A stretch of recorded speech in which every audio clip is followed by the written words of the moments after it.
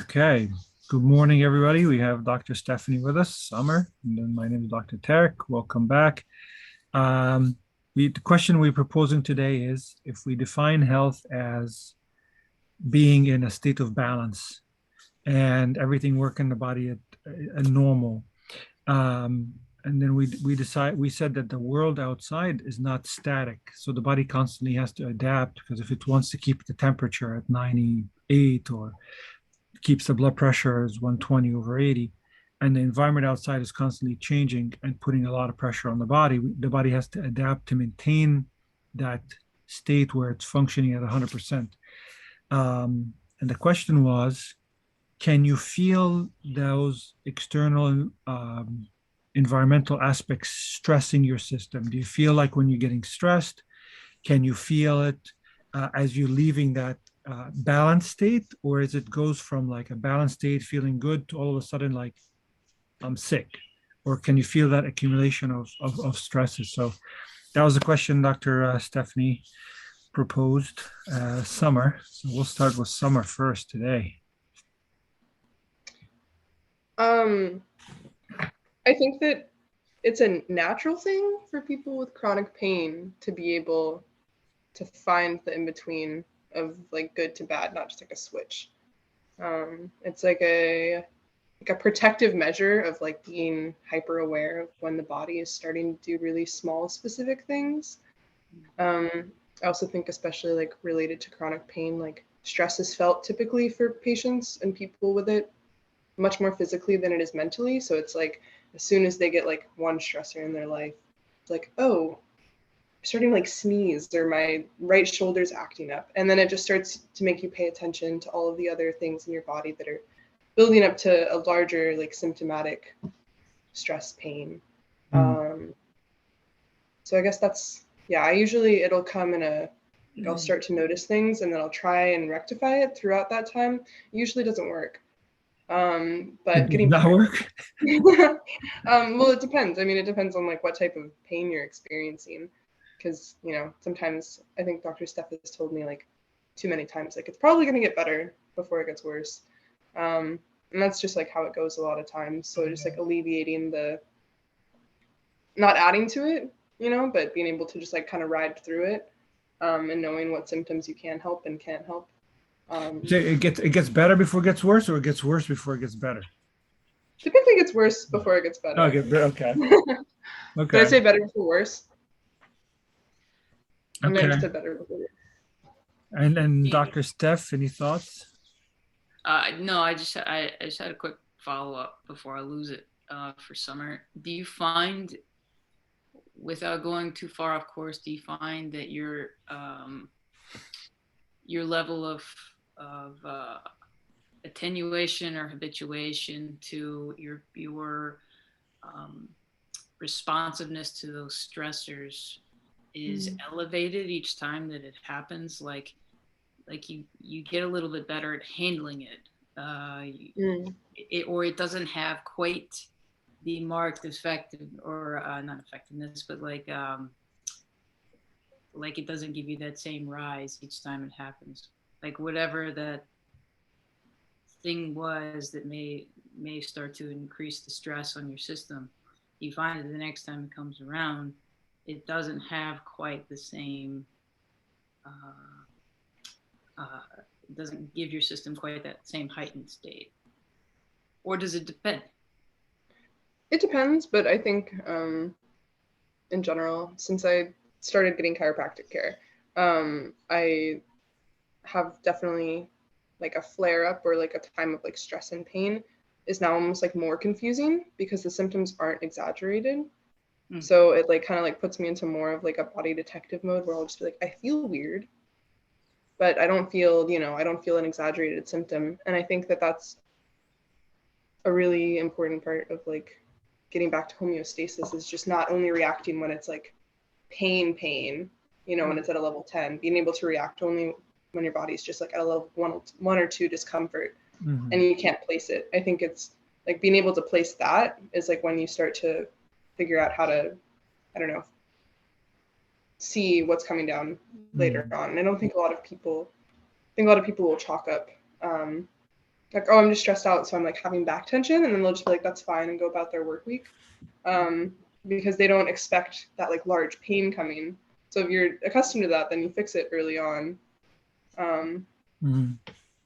But yeah, it's definitely gotten less extreme as I've gotten better at reading it early on and getting the correct care through chiropractic, other homeopathic ways, honestly. And I guess, you know, that's hope. What we hope that that's what happens, you know, like you have probably it's different for everybody in different times. For example, you know, first time somebody gets exposed to an allergen, we know that usually don't have a response. But then the second time they get exposed to the allergen, it's a heightened response, right? Mm. So sometimes as you get exposed to a stressor, the body reacts worse to it. So, for example, when we're talking about the virus that's happening now, people have that cytokine storm where things actually gets super inflamed and super active. And that's kind of what we worry that every time they get exposed, it's actually going to be a heightened.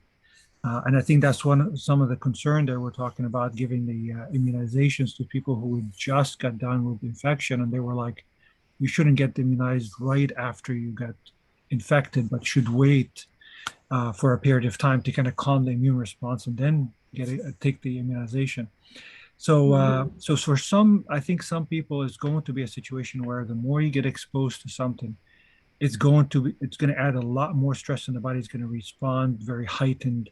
But for others, they might get used to the stressor, and the next time they get a, you know, they get a less of a response, less of a response. I think it probably it's different because, for example, to a virus, the normal way you want to happen is, you know, even with COVID, you get exposed, let's say, without immunization, without anything, you get exposed to COVID. It might take your body 5 days to assess the virus, figure out its makeup, figure out the spike protein, take samples of the virus to the bone marrow, start to make antibodies, and when it makes antibodies, it makes a bunch of them, and then as the antibodies gets released from the bone marrow, different cells kind of look up those antibodies and make sure that those antibodies are not going to be autoimmune and actually attack your own body. So there's a, you know, a special set of processes that the body just kind of take those out of circulation, and then those antibodies that are staying, they attack the virus, and based on how they attack the virus and how they actually latch on the spike protein or whatever the body decided that is going to make the antibodies against, once it latch, it measures how hard those antibodies actually connect and attach to the virus. If it's a good attach and it's going to last, or it's going to fall off. And once it figures that out, that's which ones are better. It holds on to the antibodies, and those are the ones that go back and then they get reproduced in the system a lot. So it's a long process, you know, 5 days or so.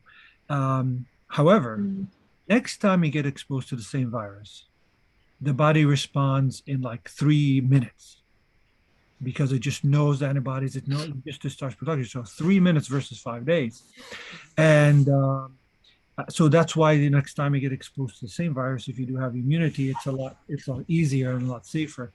You still have a reaction, but you're not going to hopefully get that sickness. Or so sometimes it's going to be the stressors accumulate, and the stressors, you know, be easier the next time, and sometimes maybe like an allergic reaction, it will be worse. But if somebody's getting healthy, we are hoping that every time they get exposed to the same stressor, they're more resilient, they're able to adapt and move forward.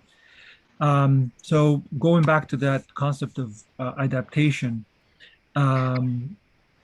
we want the cells to be working at their optimum. We want the environment internally to be working optimum. The hormones, the enzymes, the immune system, your nervous system, your digestive, everything is just working as top shape.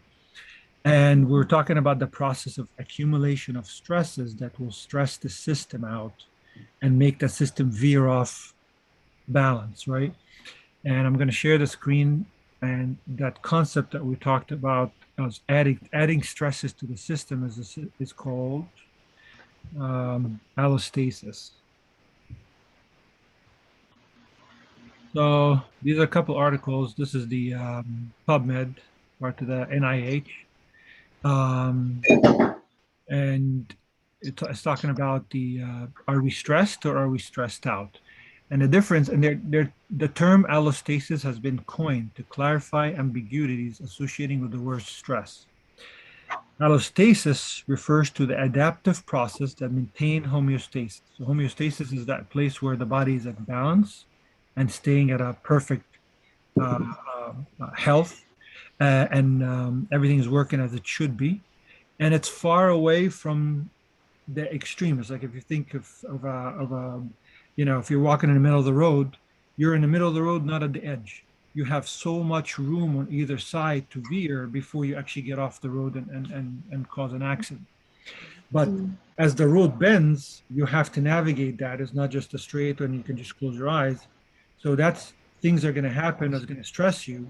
And to stay in that balance and stay in that road, that process is called allostasis. So the adaptive process to maintain yourself in that middle and balance is called allostasis.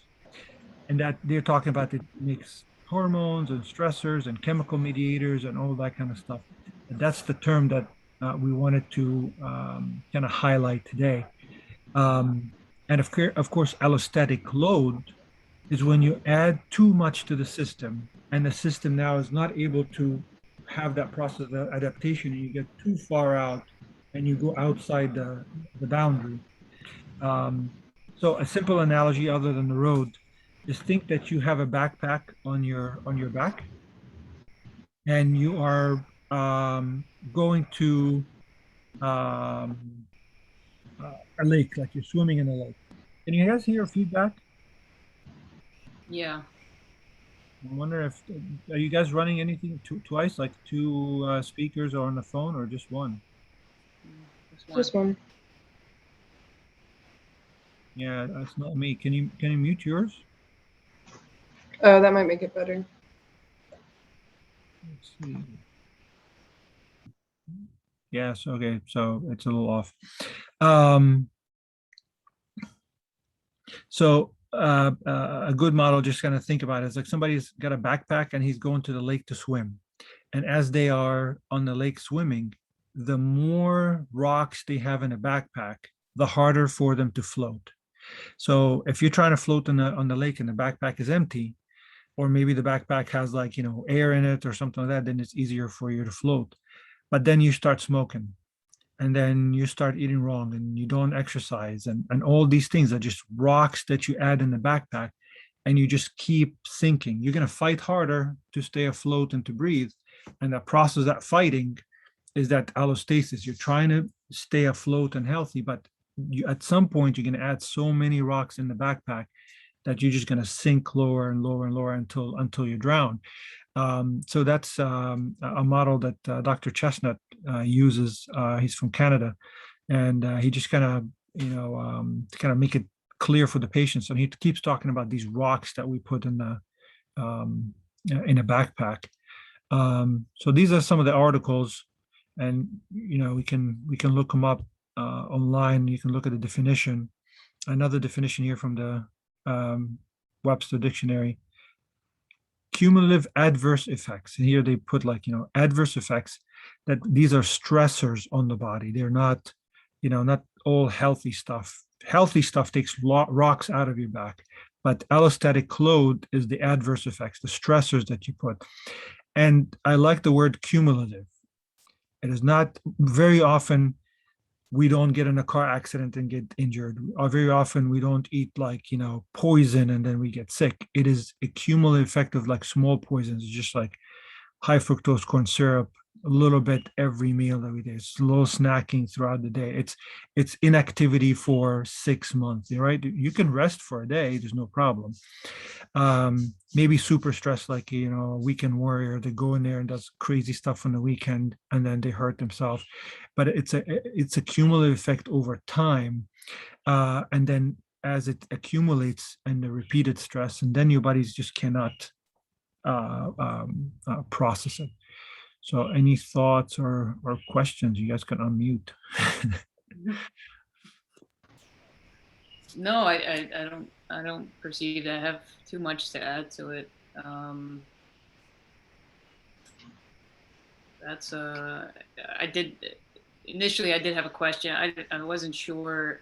Is allostasis coming out of the psychiatric world, or is that coming out of the neuroscience world? Or do we know? Good question. I have an article here where you talk, well, the stress one, they were talking about the psychiatric section, but I think it came out physiology and the physical world first. Mm. Yeah. Okay, Um, and they just kind of extrapolated it to this overarching stress. I And think so. As they start to widen the scope and knowing that health is more than just the physical part, there's also emotional yeah, and social. And also when you get stress, one of the biggest thing that you do is you fire the nervous system, which is the sympathetic system, which gets you more into that stress response, and of course the stress chemicals and hormones that will also affect your mood, like decreases your concentration and focus, and decreases your, well, it increases your concentration, but lowers your focusing and long-term thinking, more depression, more anxiety, you know, uh, less cognitive function, inhibits your frontal lobe, things like that. It starts to happen. So it does affect, you know, neurophysiology. cognitively and emotionally after that. Yeah. Mm. So What was the is it the article over? I feel like you skipped over it. Now there's something. The next one? The next one? Is this it one that we had, not? definition, No, not the Merriam-Webster. There's like two columns. I think it's the middle one. this one. Yeah. Yeah, this one goes over They're like just like examples. animal models, fish migrating and you know, for example, for animals, and this is maybe a couple of important points here for animals and humans, the stresses are slightly different. Mm. Because in general and normally the stresses that we get exposed to were not supposed to be long term, right? It's not supposed to be you're alone taking care of a loved one over a period of time, right? Mm. You're supposed to have that social relations and support that kind of helps you out. um, it's not supposed to be an economic crisis that you're in stress for years, right? um, the body is designed to kind of handle the stress for short spurts, a lion running after you, right? So here they went in and they start talking a little bit more of like, how about like, a migration process where you actually, or wintering or something like that. So even a period like winter or a season, it's still, the body is able to adapt that. That's why that resilience is there for a couple of weeks and months. But once you start getting, somebody in a position where they handling stress over years, that's what eventually wears you out, because it's just kind of like, you know, every day your body's either making new cells, healing, repairing, growing, or and this Mm. every day the same time the body's cells are dying, decaying, degenerating. And if you can get the body where the rate of health repair, new cell generation, the stem cells are coming higher than your rate of decay and degeneration and cell death, then you're healing, repairing, and able to handle and rejuvenating. But once you add so much stress in your system and you gear your system towards just this reactive, responsive stress that is constantly dealing with just the current state and not long term health and rejuvenation, then what ends up happening is you just end up breaking down. So your body can break down because again, you're in the middle of the road now. But at some point, you will have so many rocks or veer off the main road and that you're going to sink. So that's kind of what distinction between allostasis as the process, allostatic load as the accumulation of those rocks in your backpack, and then as you're just sinking. Um, so the time and again that cumulative effect. Yeah. Mm. So I can put links in here once we publish the video. underneath. Yeah, I think it comments. would be a good treat. I think we're probably like at the time thing, but next time maybe an important. I'm just thinking of like, oh, how can we alleviate stress in a general sense? But like, I don't think anybody has been this stressed in their life Mhm. consistently. Just like the baseline that everybody that I interact with, everybody that I see on the streets is like interacting with at this moment is so much higher, like almost at a level of like an extreme stressor in 2 or 3 years ago, and it's been like that for a long time.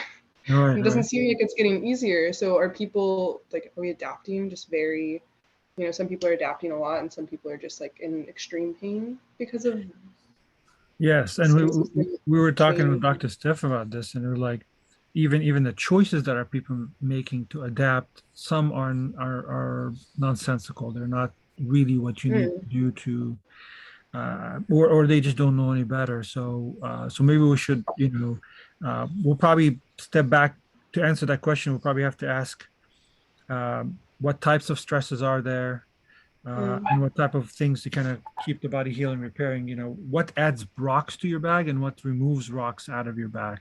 And once we know those, what are the types of rocks and how can you add them and how can you remove them, then we can kind of discuss more details in there. Any last comments before we stop for today? mm. I don't think so. I mean, I I think think it was so. good to make that distinction with the commentary on allostasis that it's a cumulative adverse consequential effect. Mm, Mm, There are plenty of stressors that we can add consciously, unconsciously into our lives. Exercise is a stressor. Um, meditation can be can be a mental stressor. yeah, Things that are helping you to grow have to have an adaptive response systematic. that's So true. mm, so to talk about allostasis in terms of the cumulative adverse effect, I think we've really Adverse. been talking about a cumulative beneficial effect. So um, maybe in terms of what we talked about next week, adding rocks, taking rocks away, you still mm, have to have a stress response, just going in the other direction. But we can always come back. It always reverts back to the center in terms of that adaptive homeostasis. You have to find the balance of it. How much money did you put into the bank? How much money did you take out of the bank? You have to do work for both. Yes. So, um, being well is not a passive event.